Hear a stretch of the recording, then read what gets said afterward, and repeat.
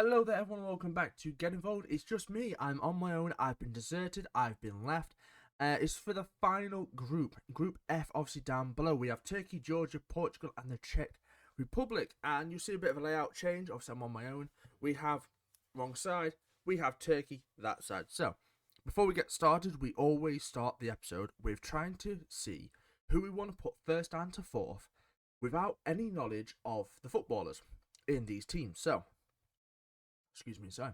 With that being said, looking at there, I'm going to go Portugal first, Turkey second, Georgia third, and the Czech Republic fourth. That's just based off kind of like my knowledge as of right now. Again, I've not gone through any of the players, so I'm a bit, how can I put it? I'm hoping to see players in here that I didn't realise was in here, and maybe my opinion changes at the end. So let's go through Turkey, shall we? We start with some key players. My first key player I've gone to straight away is Merih Demiral. He is 26, 6'4" centre back. He currently plays for Al Hilal. He's played for the likes of Juventus for a couple of seasons. He had a loan at Atlanta. He played for Atlanta last season. Al Hilal this season. He's also played for Sporting B. And at the age of 26, has already made 44 appearances for Turkey since 2018. Looks like a good player. Looking at this, he's either in 3 or 4 man defence, according to Wiki anyway. Like I say, he's always been a decent player. He's always notched up a good couple of appearances. So again, at 26, still young. He's literally the same age as me. Well, I turned 26 in like a couple of weeks or so.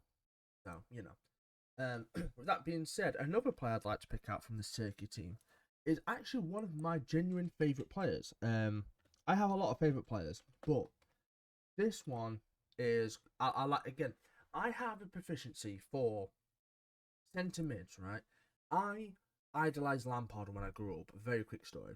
And players that can kind of do the whole midfield shtick, centre mid cam, are my favourite players.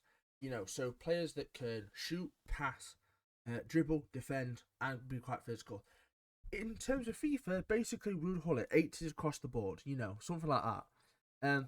The player I'm on about is actually Orkun Koku, I think it's pronounced. He's 23.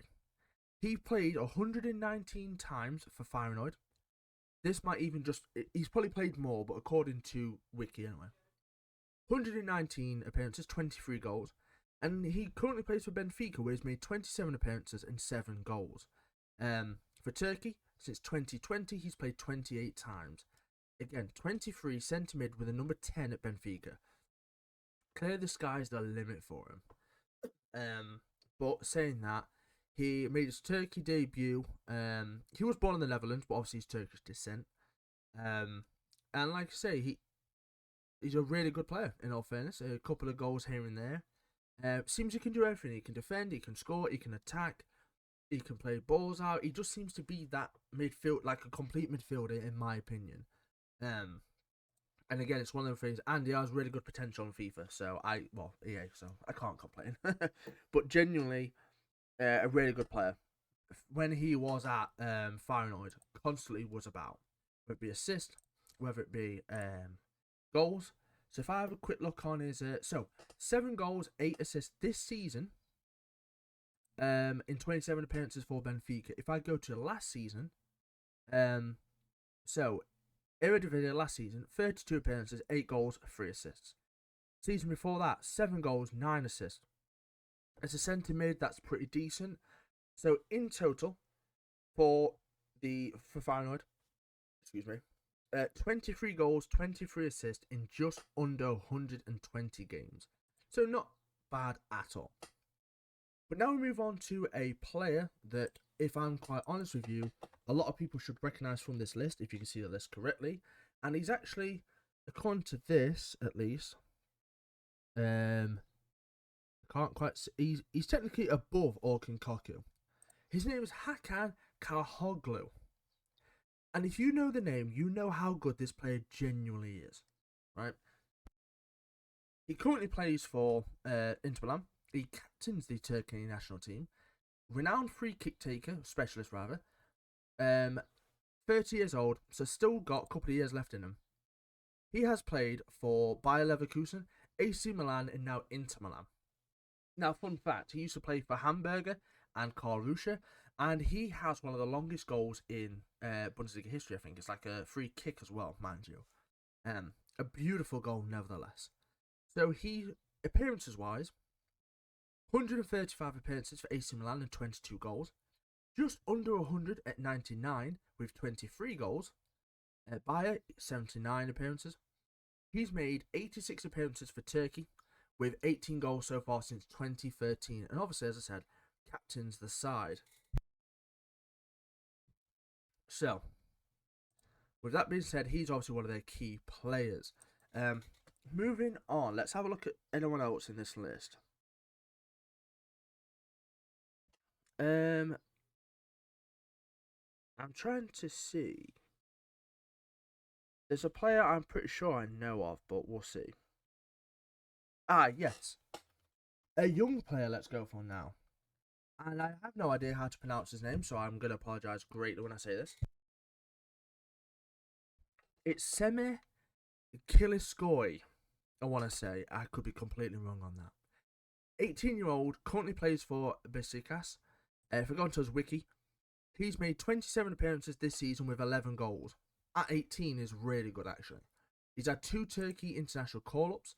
If I go onto his transfer market, again, a great site for anything that you need. Transfer market, to be fair. Could we translate, please? Okay, it didn't want me to do that. I'll click it. No, I don't want to do that. I'll do that one. So this season alone, in 23 appearances, he's had 11 goals and 3 assists, which for an 18-year-old coming in is amazing. He can play as a striker, a left wing, or a right winger. And he literally came up to the first team this season, which is amazing. So he's a young player that could... I don't think he starts, but he's definitely a player that can shine on this kind of tournament. You know, like the James Rodriguez that we've already spoke about. You know, he's a player, he's 18, he's young, and he's got that potential. He can absolutely turn up. There's another wonder kid on this list, and he's in the forwards for some reason. I think he's a cam, but another player who currently plays for Real Madrid. If you don't know, get to know if I'm honest, right? His name is Arda Güler. He was in the Fenerbahce Youth Academy. He played for Fenerbahce, making 32 appearances and 7 goals. And Real Madrid, he's made 10 appearances and 6 goals, which isn't bad at all, to be fair. 1 goal for Turkey in 7 appearances. He looks like the next big thing, honestly. Like, in the league this season, 6 goals, 10 appearances in Real Madrid, in a full Real Madrid side. Like, amazing.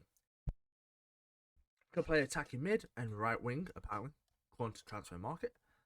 Only cost 20 mil, mind you, so not a lot. And in his time in Real Madrid, he can score goals, but he's also known for his passing and his dribbling. Again, he's another player that's going to fill in for your Kroos and your Modric.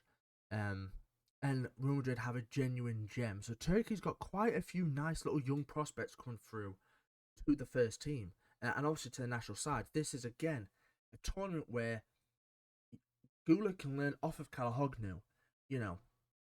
And maybe he doesn't start because Çalhanoğlu, I don't know. Or Çalhanoğlu might go centre mid, I'm not sure. But I would expect to see Arda Güler play, if I'm honest, because he's got that potential. And he really is that good. So, moving on as well. We have a couple of players in here that, if I'm honest, are quite happy about. So, first of all, his name's... Is this him here? We have a 25-year-old striker / left winger. His name is Kerem Aktürkoğlu. I'm so glad I don't drink, because if I was drunk, oh my goodness, you would not get these from me. He has played for Galatasaray at this moment in time, 37 goals and 135 appearances. 5 goals in 29 for Turkey. Plays as a left winger, attacking mid, sometimes a striker. Very, yeah. But he scored 20 and 30 for his previous club, 24 Erzincanspor.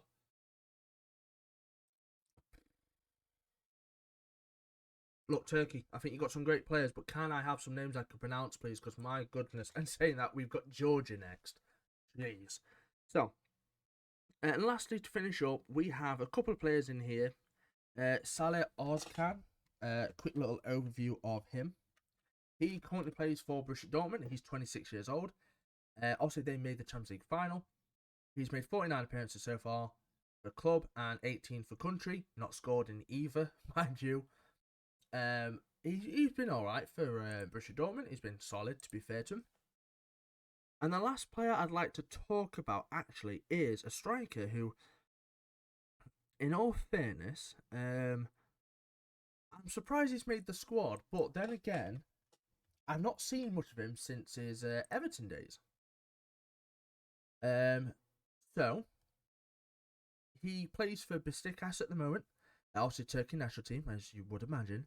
And he used to play for Everton. If you guessed St. Tosun right, give yourself a round of applause. Because he's a 6-foot striker. At this moment in time, he scored 21 goals in 66 appearances for Besiktas. And since 2013, he's had 20 goals in 51 appearances for the national team. If I'm honest, he should be the starting striker. I forgot Palace loaned him for 5 matches. That's wiped from my memory bank. I don't remember that at all, if I'm honest. And I was watching during that time. It was 2020. Anyway, a good striker in all fairness to him. He has proven his worth time and time again. And obviously he's at good form at Besiktas right now. Turkey's got a good kind of goal-to-game ratio. Admittedly, this season, 6 goals in 34, 4 assists. But he's had 3 goals in 5 for the Turkish Cup. 4 goals and 6 for the Champions League in different stints. But this season especially, 6 goals, 7 assists this season in the league, which isn't too bad, but he can partly play right wing and left wing. I did not know about that one. Anyway, for me, this side is very decent, to be fair. They've got some good players. You've got your Kilskoy, you've got your Arda Güler, you've got your Koku, Kalahoglu, Ozcan, Demirel, Selik, Baindir, all decent players, to be fair. So Turkey's kind of changed my opinion. This is why I think they're going to be second so far. But obviously I've not looked at the other players yet. But Turkey, to be fair, like I said, have a good side, and I think these could be a dark horse as well. I know I said Ukraine could last episode. If you've not seen that, go ahead and check out. We talk about every group so far. There will be a video coming out tomorrow just before the Euros start, I believe, if I can get it done.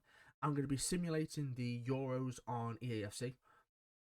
So be sure to check out and look out for that to see how they do. And all these teams should have been updated to what they have right now as well, so that should be good. But looking at this Turkey team, I'm quite happy with it, if I'm honest. Like I say, they've got some good players in there. It's definitely a team that can perform. We've seen them perform time and time again, so very happy with it. Now, let's move on to Georgia. Now, again, this is where I have to apologise, okay? This team sheet here, wrong side. You think I do videos for a living? I don't. This side, it's a little bit stretched because I had to pick out a smaller one. However, the text is not English. It is Georgian text. It's the Georgian language. So I am going to try and have to pick out, and it's going to be a little bit difficult, so I apologise. However, the first goalkeeper on that list is Georgi Mamardashvili. And I know that name because he's one of my favourite keepers. Plays for Valencia at the moment. I've signed him in my FM career on West Ham with Dano and Kyle. He is Georgi Mamardashvili. He's 23. Still 23. He also plays for Valencia. He's 6'6", which is mental. Since 2021, he's made 93 appearances for Valencia, and he's looking at a move at this moment in time, to be fair. He's a first ever Georgian goalkeeper in the Spanish top tier, and since 2021 has made 17 appearances for Georgia.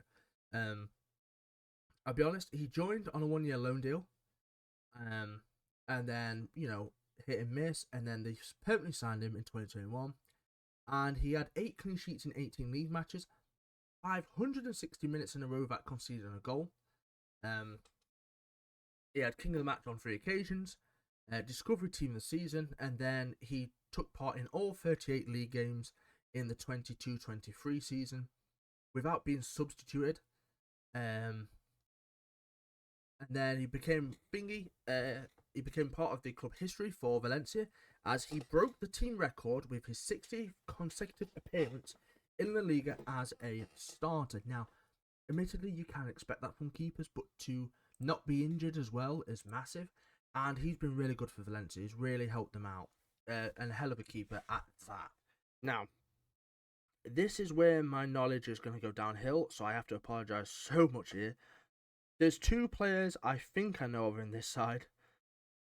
Right. First one is Georgia's Mika Tadze. Mika Tadze, I want to say. He is actually the 1, 2, 3, 4, 5. I think he's the 5th player on the bottom row. If I'm looking at this rightly. Let me put the image on my side so I can tell you. So this might be easier for us. So, he is 1, 2. Yeah, he's a 5th player on the bottom row, left to right. He currently plays for a French league team, I want to say. I think it's going to be Metz, but I could... No, not Metz. I don't know. I could be wrong. No, he does. He plays for League 2 club Metz. So he was on loan from Ajax to Metz this season. Scored 11 goals in 17 appearances. And he's going to be joining Metz completely as of next season. A decent player. He's been in the youth academy of Olympique Lyon, Metz as well at some point. So he used to play for Metz B. So a couple of stats: 9 goals in 24 for Metz B, 25 in 42 for Metz in his first stint. Then 28 in 49 for Sarang, none in 6 for Ajax, but again 6 starts didn't really start him. 11 in 17 for Metz, and then obviously he's joining permanently. Saying that, 10 goals in 25 appearances for Georgia, the national team. He does look like quite a good striker, and at this moment in time, he's still only 23. So, still young. He got August, February, and April Player of the Month by Metz fans. So, obviously, that's really good for him. In mid-April of this year, one of the media outlets found it incredible that a player with only 15 appearances in Metz 29 matches accounted for 30% of the goals scored by their team. So, he's done well for Metz, and again, he could be a guy that gets a big move in the future. But he's 5th on the list, on the bottom row. And someone who is 7th on that list is going to be the absolute wonder star for Napoli. It's going to be, and I kid you not, I probably won't try and pronounce this, it's Big Craver. Me and Dano and Carl like to call him Big Craver. If I had to have a go, it's Craver. No, not doing it. Basically, it's Kavicka Craver something. He is the 7th on the list, so 3, 4, 5, 6, 7th on the bottom row. He plays as a left winger for Napoli, and he had a standout season for Napoli in the time that they obviously went to win the league with Osimhen as well. So for Georgia, he's played 30 times and 15 goals. For Napoli, he has 23 goals in 68 appearances. However, this season he's kind of not let people down. I don't like to use that term, but he's not been at his best, So, he had a really good season last season. Finished the season's top assist provider with 10 assists and scored 12 goals. So he got the Serie A MVP award and the Champions League Young Player of the Season. On the 27th of September 2023, Craver got on the score sheet in Napoli's 4-1 win. He had a 6-month goal drought. During the season, he netted 10 more times, and he got goal of the month. Overall, despite a frustrating season for Napoli in all competitions, he was still honoured as a top performer and was in the Serie A team this season. He had first place in average rating throughout the year, and he got top XI. Mostly, it was a frustrating season for Napoli, as it said. He definitely wasn't at his best, but still had a good season, as it says, at least anyway. So he's going to be a crucial player for them this season, I believe. He's one of these players that he's 23, same as Mika, same as Momodashvili. Again, just for you guys that don't know, Momodashvili is the first goalkeeper on that list, literally right there. I'm getting better at this. It may take me some time. But yeah, so this season, 11 goals, 6 assists, and 34. Still a good season, but Napoli's not performed where you'd like them to perform. That's the thing. But I would assume he's playing more as a centre forward for Turkey because of his ability to assist and score. So we'll see. Georgia. Apologies for that. It's because I looked at the Turkey side. After that, though, I don't know many other players, if any. I'm looking through the side, and I apologise. I don't know a lot of these players. This is again going to be a team that hopefully surprises me on the national stage. Like I'm looking at some of these players, and they could absolutely surprise me. This is where Georgia shows up and goes, "Oh, look what I'm about," and then they get their big moves, and then they become like a better and bigger player. I'm gonna have a look at one player, and it's gonna be a defender. I don't recognize him, but obviously we might as well. It is going to be Luca. I spelled that completely wrong. Luca Locoshavili. He's 26. He plays for Cremonese in Serie B in the Italian league. For Georgia, he's played 10 times, scored a goal since 2021. He looks like a good defender. 6'3", looks like a powerhouse. To be fair to him. So again, the thing with this Georgia team is because it's one of their like first major events and stuff. Like Georgia's not really been in the Euros and the World Cups a lot. This is kind of where some of their better players are starting to show. Again, this is where a lot of these players are maybe called up from rogue teams and teams you wouldn't expect. But again, with that being said, this is a team that can go on that platform and show, oh, by the way, we're your dark horses. Like, I look at this team, I only see 3 people I know, but this could open my eyes to so many more players on that list, as I've already said. And I'm looking forward to it, to be fair. I'm looking forward to seeing how this Georgia team actually, perform. If, obviously, can Mika, can Kraver, can Momodashvili do it on a big stage? They could do it at club level, clearly, but can they do it on, the international stage? Moving on over to everyone's probable first place here, and it's Portugal. Now, I don't have to look up some of these players because I know these players, thankfully. So you have in here Diego Costa, Patricio, and Jose Sá. Costa's probably going to be starting goalkeeper. He's been amazing for Porto this season. And I personally like him on FM, so there's that. But no, he generally has had a decent season for Porto. Let me pull him up. I put Costa in. It's going to be Costa del Sol. So, not quite what I was after, for honest. Yeah, Diego Costa, he's still only 24. Still a good keeper. He has been with Porto his whole life. Maybe 2 years outside, but youth academy was 2011-2019, Porto B and Porto. He's made 22 appearances for Portugal national side since 2021. He's made 103 appearances for Porto since 2019. And just to go on this year, they finished third, but he ended with 14 clean sheets out of 34 league matches, the highest in the season. He featured in the entirety of Porto's final victory over Sporting, which ended 2-1, which is really good kind of thing. He's had man in matches here and there. He's actually got an assist, which is pretty cool. He's the first goalkeeper to achieve that feat. On 12th October 2022, Costa managed to provide an assist to a goal from Galano, then saved a penalty from Demirbray, and preserved a clean sheet in a 3-0 away win over Bayer Leverkusen in the Champions League, becoming the first goalkeeper to achieve that feat. He then saved 2 more consecutive penalties, and he's the first goalkeeper to save 3 consecutive penalties in the competition's history. He got to the round of 16, got some man of matches in there, so again, he is a really good goalkeeper, and he's Portugal's, goalkeeper for the future. Still only 24, and, still great. Well, I say still great. Performing great and only becoming better. Now, a couple of those players in that defence. We have the likes of Cancelo, we have Diego Dallo, he's been alright for Man U, but Man U as a whole has had a poor season. You have the ever-aging Pepe, by the way, who I want to say is 42.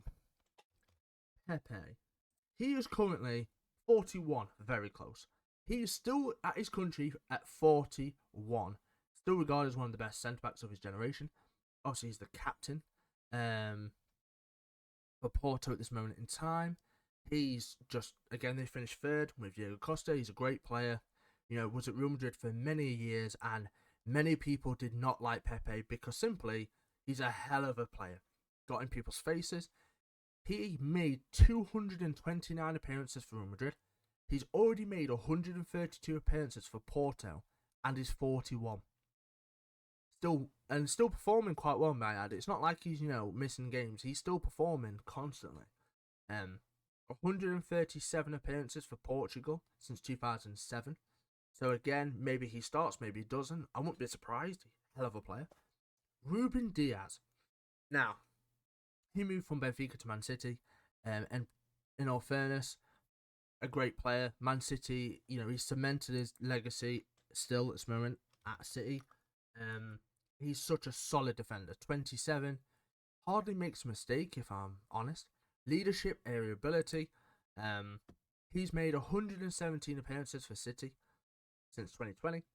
56 appearances for Portugal since 2018. And look, he's been a Rolls Royce of a defender for City. He was for Benfica, to be fair, but he's just been incredible for City. And he's one of those players that City needed a solid defender because you had your Stones, your Kanjis. They never really had, from company anyway, that solid defender. In comes Ruben Diaz, and he shows, oh, by the way, look, I'm that player. And he's been incredible. Two young centre-backs, however, in this defence is Antonio Silva and Goncalo Inacio. That I've probably butchered. So, if I go to Silva, and I have to type his first name in, I believe he plays for Benfica. If my knowledge serves me correctly. Antonio Silva, 20-year-old centre-back for Benfica. My knowledge is there. He is 6'2". He has made, at the age of 20, 60 appearances for Benfica with 5 goals already since 2022. And in the same vein, 11 appearances for country since 2022. So he's already, part of that side for sure. I would probably say that he doesn't play because obviously you've got Pepe and Ruben Diaz, but a solid option nevertheless. And he's definitely one for the future. He's had 2 goals this season. I know he's a centre-back, but, But may I add, at age of 20, he's played 30 games in each season, just in the league itself. In total, this season he's played 50 games, and last season he played 44 games. So, again, at age of 20, to be trusted as much as you are at that point is amazing. So, a really good defender. And then another defender who actually plays for Sporting, who's 22, is Goncalo. Really good player. So, again, 22, right? 113 appearances for Sporting since 2020.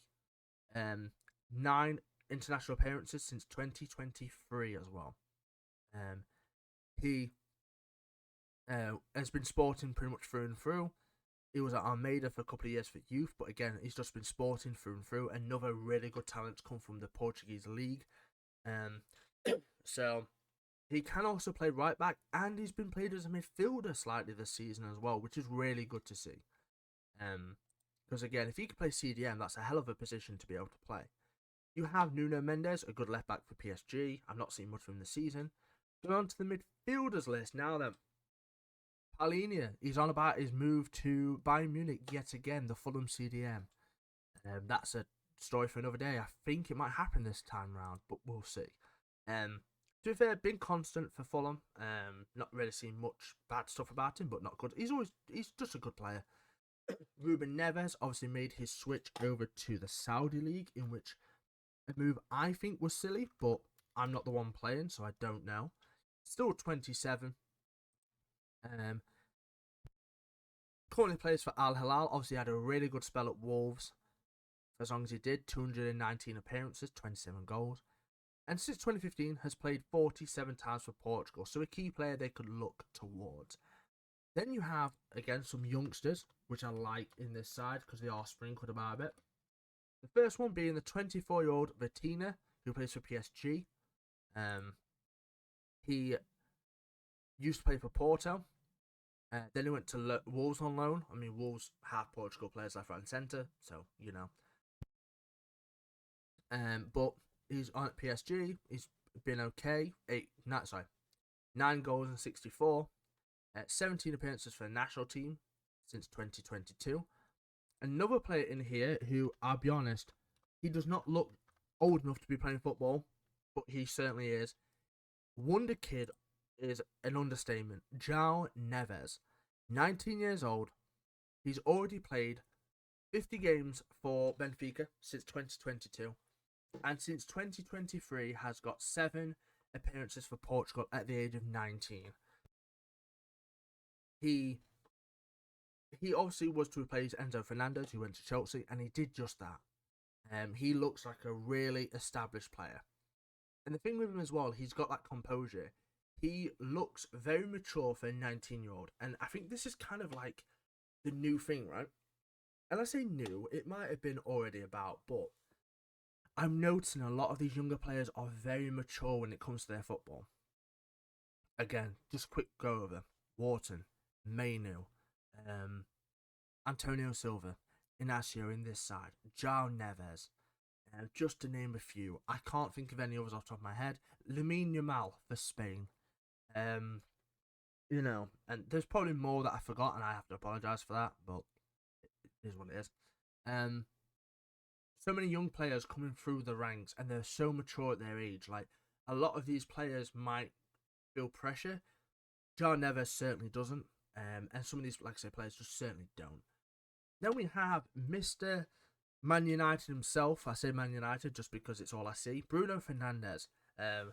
If I have a look, a lot of people don't like Bruno. A lot of people do. 29 years old. For Man U, he's already made 159 appearances, which is mental to me. He's had 54 goals in that time.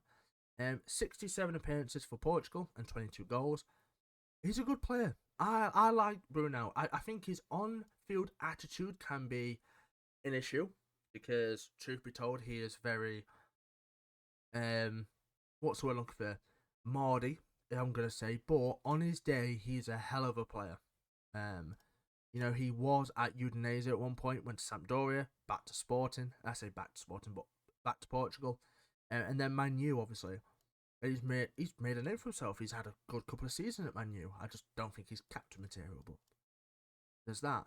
He was the Champions League top assist provider in 21-22. They obviously went from number 18 to number 8. Club captaincy. They recently just won the FA Cup, which is great. He's got good leadership. But again, he might have good leadership, but I think it's his mentality that lacks. He's a bit too mardy at stuff, but again, he shows he cares, don't get me wrong, but I'm just not a fan of the whole, you know, that side of things. But stats-wise, he's a great centre-attacking mid. Again, on his day, he's incredible. I mean, this season's not been too bad. 8 assists and 10 goals in 35 games in the Prem, so, you know, not too bad. Then, let's move on to the forward, shall we? So, Bernardo Silva, incredible at City. Absolutely incredible footballer. Then you have Rafael Leao, as I'll have a quick gander for Leao. Still 25. Considered one of the best wingers of the world for his dribbling speed. From what I've seen, he's rapid. And he's very good at dribbling.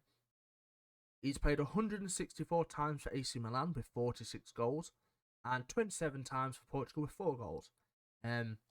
Just looks like a really good winger. He's quite tall for a winger, actually. I think he's like 6'2" or something, isn't he? 6'2", yeah, bang on. But yeah, looks like a credible player, and also he's done really well for AC Milan. This year he got the number 10, and he's the Serie A top assist provider this season. So, you know, pretty decent. He's the second fastest player to reach 50 goals and 50 assists for the club after Kaká. So that's amazing itself. So it could be a vital player. We have Diego Jota, who's done very well for Liverpool. A player I really like. João Felix, who, if I'm honest, is still a wonder. Like, I say a wonder kid. I think he's like 25 at this point. João Felix, 24. Still got time on his side. And do you know what? He's one of these players. I think he made the move too soon. But he got 25 goals and 96 for Atletico Madrid. He's had 39 appearances for Portugal since 2019, with 8 goals. So again, he also went to Chelsea on loan and did okay. Went to Barca this year, did better. He's not a bad player at all. I just think he needs to find a club that can fully show his talent. He's 24. Maybe he's not the player he once was, but he's still a good player nevertheless. And then we have, well, Gonzalo Ramos at PSG. But then we have Mr. Portugal himself, Cristiano Ronaldo, in which, look, people may not like Ronaldo. You may have your debates. Who's better, Messi or Ronaldo? I'm going to be honest. I'm not getting involved. On a day where I should be getting involved, because the channels get involved, I'm not getting involved. I like Ronaldo. I do. Hell of a goal scorer and one of the best, players of my generation for sure. Messi has his attributes, Ronaldo has his attributes. That's all I'm saying on that. But what I will say is Ronaldo, when he scores goals, he scores a lot of them. And, there's a reason why he's still being picked at this moment in time, because he's Ronaldo, one of the greatest to ever do it. He's 39 right now, so I wouldn't expect too many years from him. He scored 49 goals in 47 appearances for Al Nassr this season. He scored 130 goals in 207 appearances for Portugal since 2003, my ad. Obviously, he had his early Man U days where he was a star. He went to Real Madrid and really cemented himself. 311 goals in 292 at Real Madrid. 81 goals in 98 for Juventus. Still scored 19 and 40 for Man U with, a weird Man U season. And then also went to Al Nassr, in which he's done really well. Look, he is Mr. Portugal, and it's going to be weird when he doesn't make a Portugal appearance, like I say, he has won a Euros before, I want to say. He won the Nations League. 2016, Ronaldo led Portugal to the only major title at the European Championship. He was stood off 25th minute because Gomez got the goal, I think. Silver boot in that one. He got the golden boot of Euro 2020. Won the Nations League. Ronaldo's the first ever player to score at 5 World Cups. And he earned his 197 overall cap to become the most capped male footballer of all time. 197 caps. And he's now on 207, by the way. He has been capped 207 times by country. Ridiculous. He's obviously going to be a key player for them. I would not expect anything less, if I'm honest. Because, well, it's Ronaldo. Let me know if you like Ronaldo in the comments. I know there's a lot of people that don't like him. Again, he's a bit like Bruno Fernandes for me. His attitude's a bit but if you want a goal, you want someone to, win you games. Ronaldo gets picked every day of the week. And then we move on to the last one, which is Czech Republic. So I'll do that. They're the Czech team. So, again, this is where my knowledge goes downhill because there's not a lot of players I know. The one I will pick out, though, is Matej Kovar, who is a keeper for Bayer Leverkusen, who started all the Europa League games, I want to say. Let's have a quick gander at that one, shall we? Matej Kovar. Let's have a look. It says he played once on Wiki, but if I go to his transfer market, he has played 12 Europa League games, and he made 12. He conceded 12.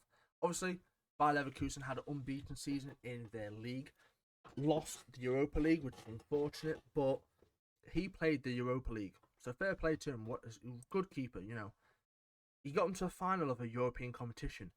It's difficult. Still 24, mind you, so He did join for Man U. He was in the Man U youth system. And he had loans to Swindon, Burton, and Sparta Prague. Obviously, now plays for Bayer Leverkusen. So, better career moves for him there. You've got Vladimir Kufal for the defence. West Ham right back. Solid.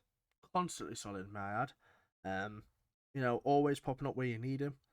I don't have too much to say about him. He's just always been consistent. Another West Ham player in this list is Thomas Souček. I think he's an amazing player. I really like Thomas Souček as a player. Not done too much this season, but last season or the season before, he did quite well. 29 years old. He's been at West Ham since 2020. 24 goals in 146 appearances as a CDM. For international-wise, 12 goals in 69 for Czech Republic since 2016. So, pretty decent, mind you. Still 29, so still got years left ahead of him. 6'4" CDM, which is quite terrifying. Constantly performs for West Ham, if I'm honest.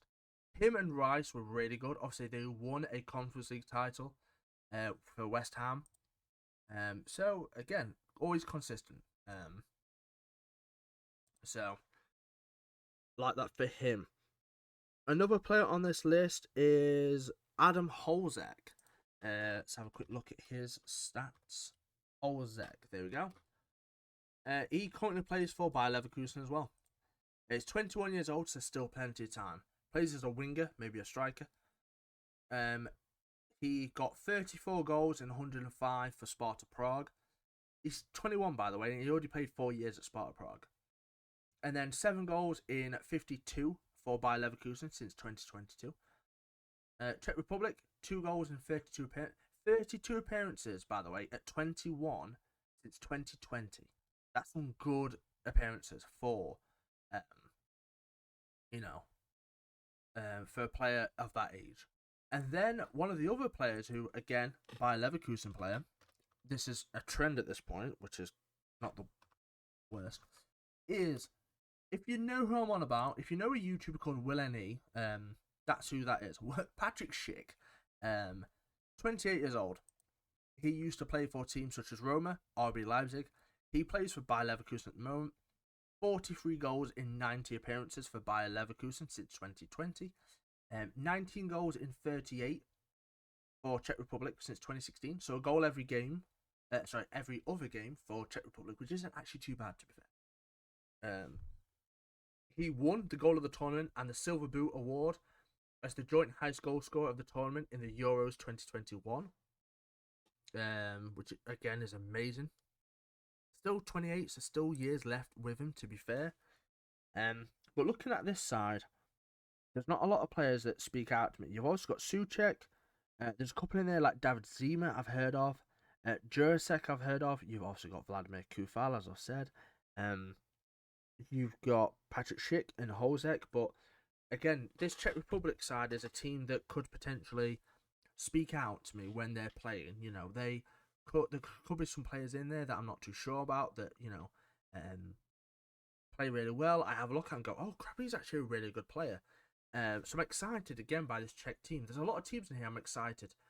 I'm also excited to broaden my horizon with the teams at the disposal, because there's so many players here that might become a really good player. And they might come and join Palace. They might come and join Man U, Man City, Benfica, Real Madrid, AC Milan, Sparta Prague.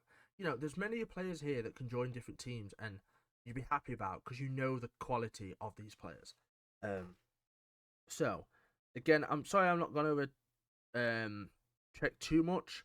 I've kind of picked up the key players. Now, Portugal have a lot of key players because they're Portugal. And their key players for Czech are Schick, Holzek, Souček, probably Zima, Kufal, and Kovar. I'd expect Kovar to start, to be honest. But looking at this side, you've also got a short episode. It's only me talking, so not too bad. So with that being said, that is the final group to go through. A couple of quick things from me. In the description down below will be the Discord link to get involved. Beyond every video, there will be another link for the document so you can look at the team sheets and everything. That will be published today as well.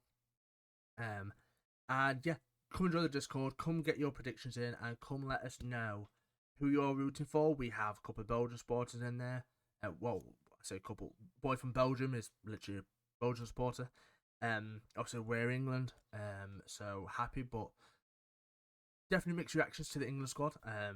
You know, and stuff like that. But it's also been a joy going through these teams and looking at who, you know, who's in which team and who got called up and who didn't. So I want to say thank you for watching. Very quickly, I actually don't think I'm going to change my team. I think it's Portugal, Turkey, Georgia, Czech Republic is my honest opinion. So that will be, you know, what I go with. So yes, come join the Discord, come join, get involved, come and get involved basically. I want to say thank you for watching all these discussing the groups.